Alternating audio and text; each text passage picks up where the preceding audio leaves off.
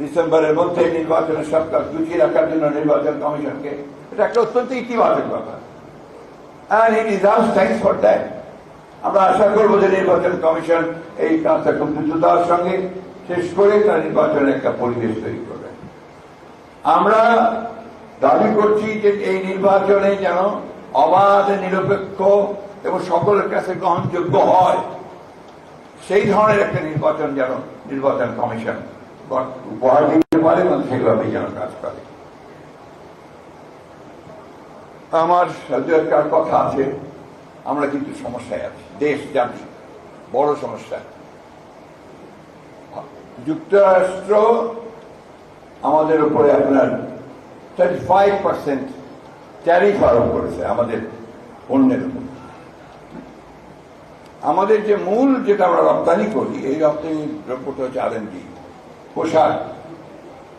পোশাক শিল্পের উপরে যদি 35% ট্যারিফ আসে, তাহলে এই পোশাক শিল্প মাটিতে শুয়ে পড়বে, উঠতে পারবে না।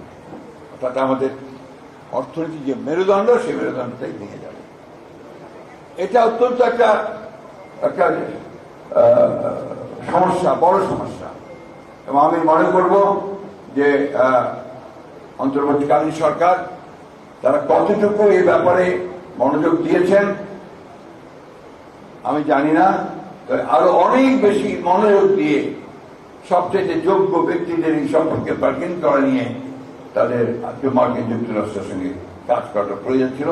তো সময় বোধহয় এখনো চলে যায়নি, এখনো সময় আছে এই বিষয়গুলো আলোচনা করে আমাদের ইন্ডাস্ট্রিগুলো বেঁচে থাকে, আমাদের মেয়েদের কর্মসংস্থান যেন নষ্ট না হয়, আমাদের অর্থনীতি যেন ক্ষতিগ্রস্ত না হয়, সেই বিষয়টা তারা অবশ্যই দেখবেন। সীমান্তে হত্যা এবং পুশিং, এই কথাটা আমরা ঠিক সেইভাবে বলছি না, ছোট্ট ছোট্ট করে নিউজ দিচ্ছি আপনার কোথাও। আমি সাংবাদিক ভাইদেরকে অনুরোধ করবো, সকল সংবাদ কর্মী, সংবাদ মাধ্যম সবাইকে অনুরোধ করবো এই ব্যাপারটাকে সিরিয়াসলি রাখার জন্য। এটা কোনো হালকা ব্যাপার নয়, প্রতিদিন ঘটছে না এবং সীমান্তের চারদিকে ঘটছে।